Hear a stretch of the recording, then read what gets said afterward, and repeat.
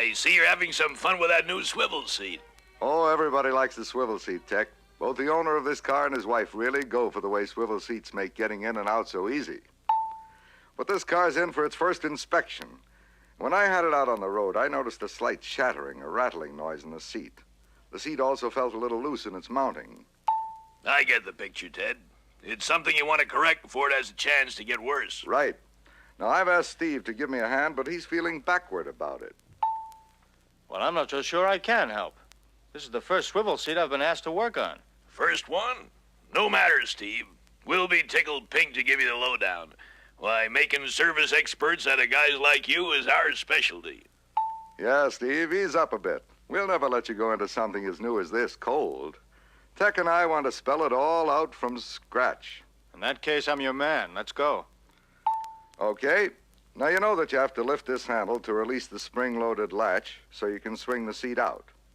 And when the seat's pushed back to straight-ahead position, it automatically locks in place. This pull-down armrest is attached to a stationary seat section between the two swivel seats. What do the seats turn on, Ted? Two things, Steve. A washer-type nylon pivot bearing and a curved U-shaped track that rides on two nylon rollers mounted on pins on the seat frame. Incidentally, when the latch handle's raised, an anti-rattle or helper spring connected between the frame and base helps swivel the seat out in a 40-degree arc. I see. Nothing too complicated about operation, right? Nothing too hard about troubleshooting either. Only rotational or noise conditions are involved. Check the door trim, too, for signs of latch handle interference. Yeah, Steve, and since we've got some trouble, let's remove the seat and put it on a clean area of the bench. First, remove the two screws that hold the pivot bracket cover at the rear of the seat. Remove the cover, and then the pivot nut. Swing the seat out to its stop and raise it to remove the pivot from the seat base. Got that? Uh-huh. Yeah. Here it comes. Good. Now move the seat backward a wee bit to remove the track from the two rollers. Next, detach the helper spring from the seat frame and remove the seat. One thing still bothers me, Tech. You said something about rotational conditions. Did you mean the seat sometimes doesn't swivel? No, not that at all, Steve. What I had in mind was that the seat might not swivel smoothly and easily on some occasions. If that's ever the case, the helper spring might be weak or broken. Replacing the spring, of course, is the answer. A spring on this car is okay, then. Right. There's really no rotational problem here, like stiff action, for example. Well, suppose it were stiff, and the spring wasn't at fault. What else could it be? Oh, it might be a broken nylon roller, a molding flash at the hole in the roller, or some flat spots.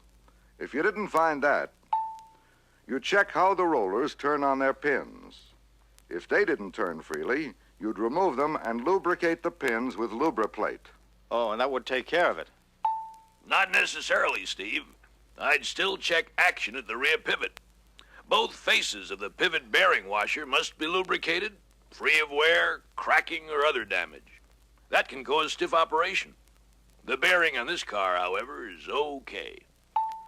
You should check for interference between the cushion and base frame, too. The cushion track just clears the rear vertical face of the front crossmember. Filing off the edge of the track that rubs should take care of it.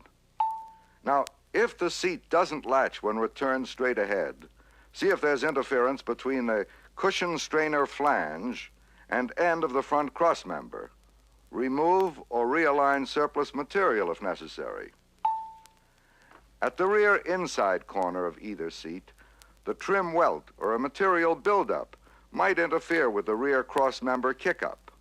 Loosen and realign the trim or file off the edge of the seat strainer.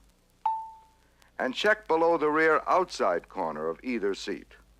As the seat swivels out, the seat springs might peel back the top flap of the adjuster cover, causing interference. Just use a sharp knife to cut off the flap in a case like this. Don't forget that the fixed cushion might interfere with the cushion that turns. You're right, Tech. And you can eliminate that kind of interference by loosening 4 screws underneath and relocating the fixed cushion. On models with side shields, it won't hurt to check for interference at the shield front stud and end of the front cross member. Shorten the stud if necessary to take care of that. But our problem with this seat is one of noise and some looseness when straight ahead. Excessive clearance is what we've got to look for. Where do you start hunting for that? There can be too much clearance between the rollers and track at the pivot, or looseness at the seat base frame mountings.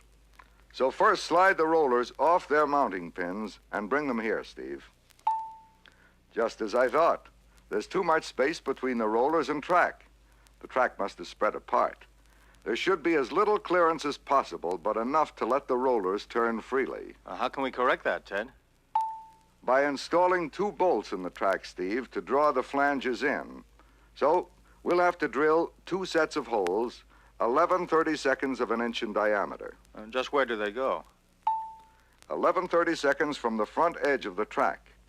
Drill the first set 2 1/4 inches in from the track to strainer intersection on the latch side, and the second set 13 3/4 inches in from the same point.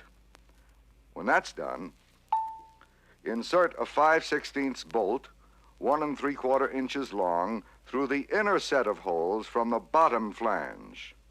Put a 2-inch bolt through the outer set of holes. Add nuts and lock washers.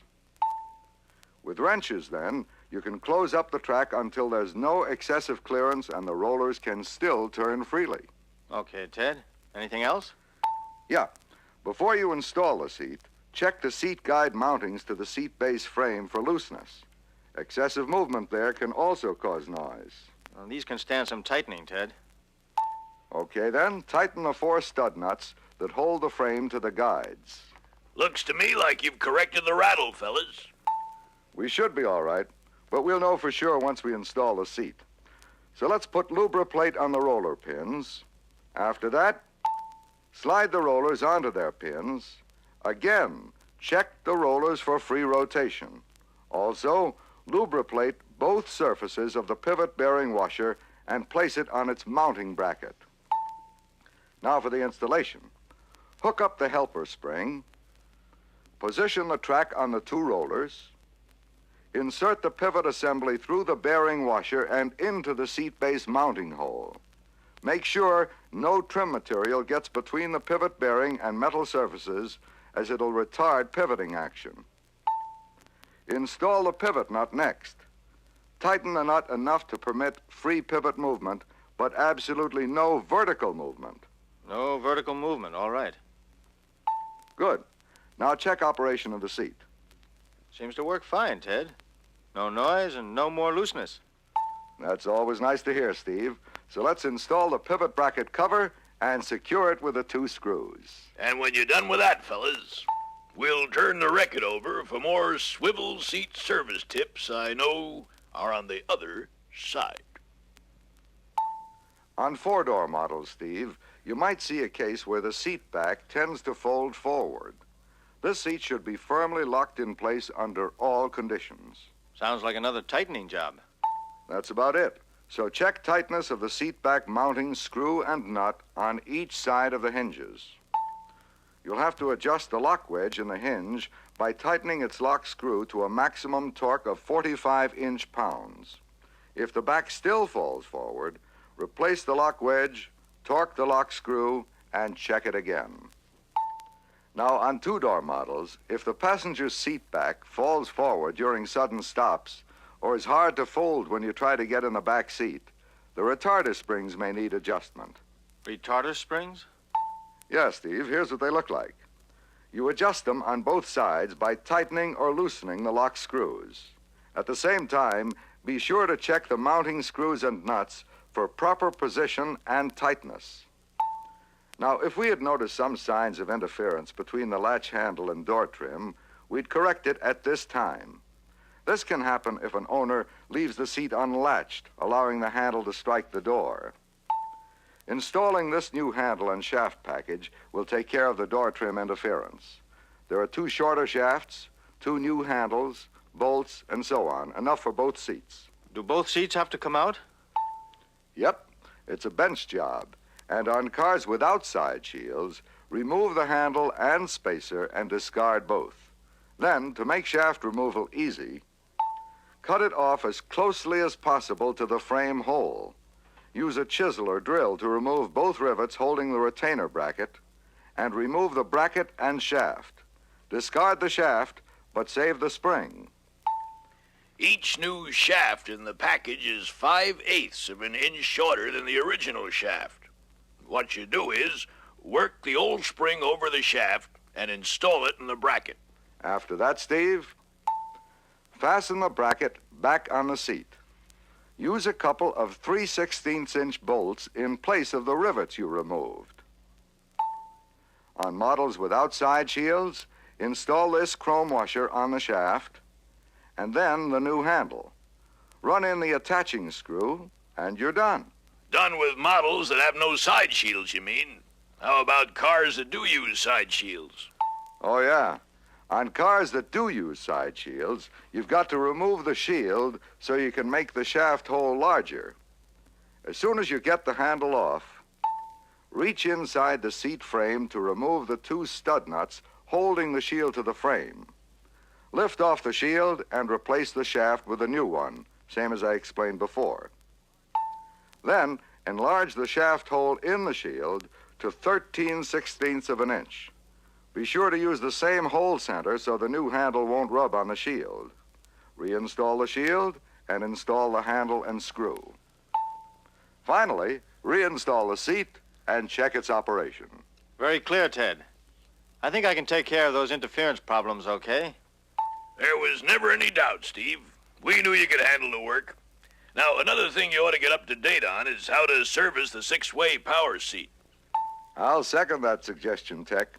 There's some mystery about power seat operation, how to run down troubles, what parts you can and can't service. Interested, Steve? I sure am, Ted. Fire away.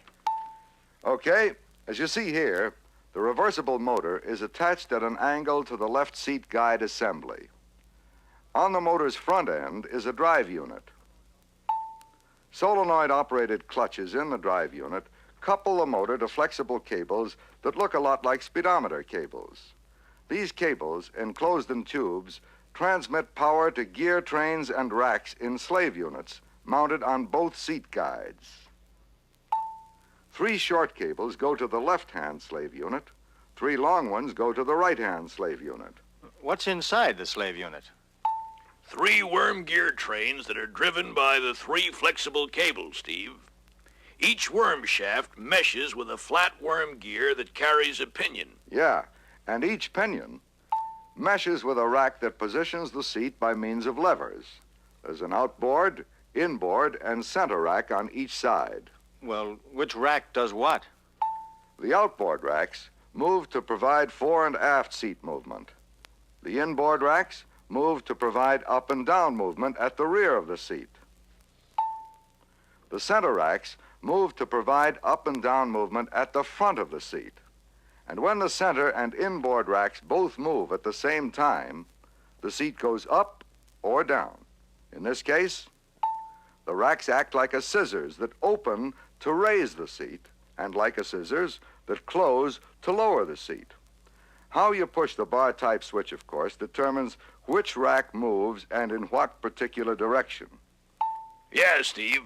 Pulling the switch bar up raises the seat straight up. Depressing the switch bar lowers the seat. I think I understand. The seat moves in the same direction in which the switch is moved. Right.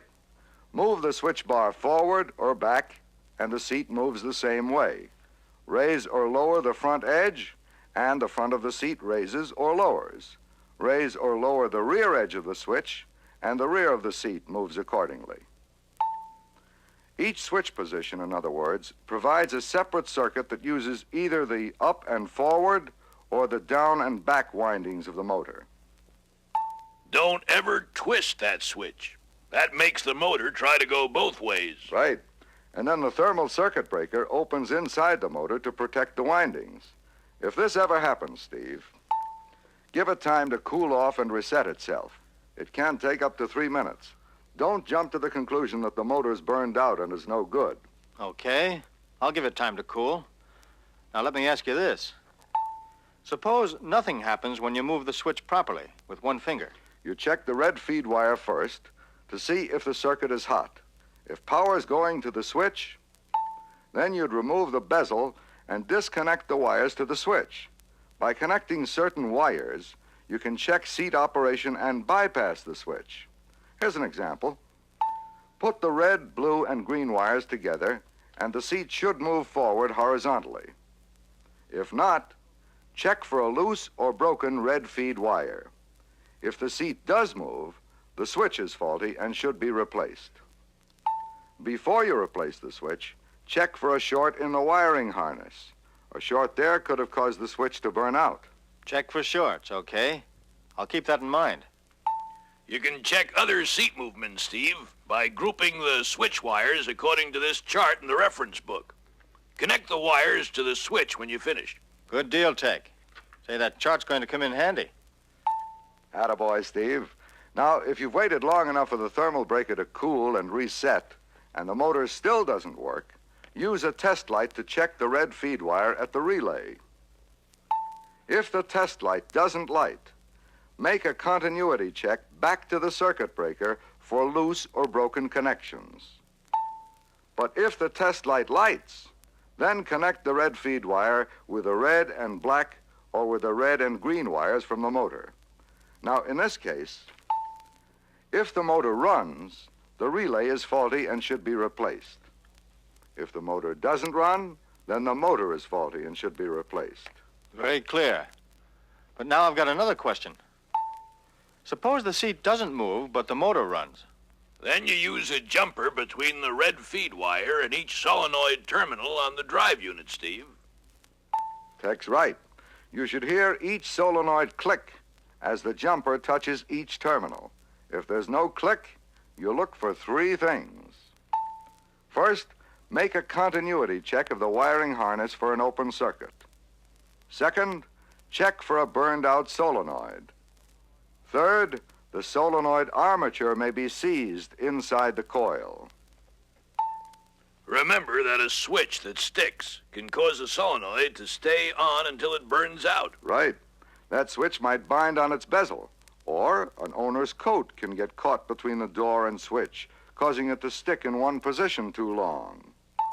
There's a solenoid coil repair package available through the parts division. When installing a new coil on an early production unit, you may have to grind down the can collar to make it fit. Okay. Any other checks to make? Yep. The drive unit will need checking, and you'll have to take it apart. But be sure to disconnect the red feed wire first. Then you won't run the machinery by accident. Don't worry, Tech. I'll unbutton the red wire. Attaboy, Steve. Then when you disassemble the drive unit, check for burrs on the driving rails of the clutch shaft. You can use a fine file or stone to dress it down if it is burred. Now here's something else. If each solenoid clicked and the motor ran, but the seat didn't work, check the drive unit gears for broken or stripped teeth. If you find any, replace the drive unit assembly. Okay, Ted, will do. Good. Now, this reference book has more information on installing the drive cables and other six-way pointers, as well as the two-way power seat information. Be sure to look it over. That's good advice, Steve. And the same goes for any technician who works on swivel and power seats. Some study and practice right after this meeting will keep all of us sitting pretty.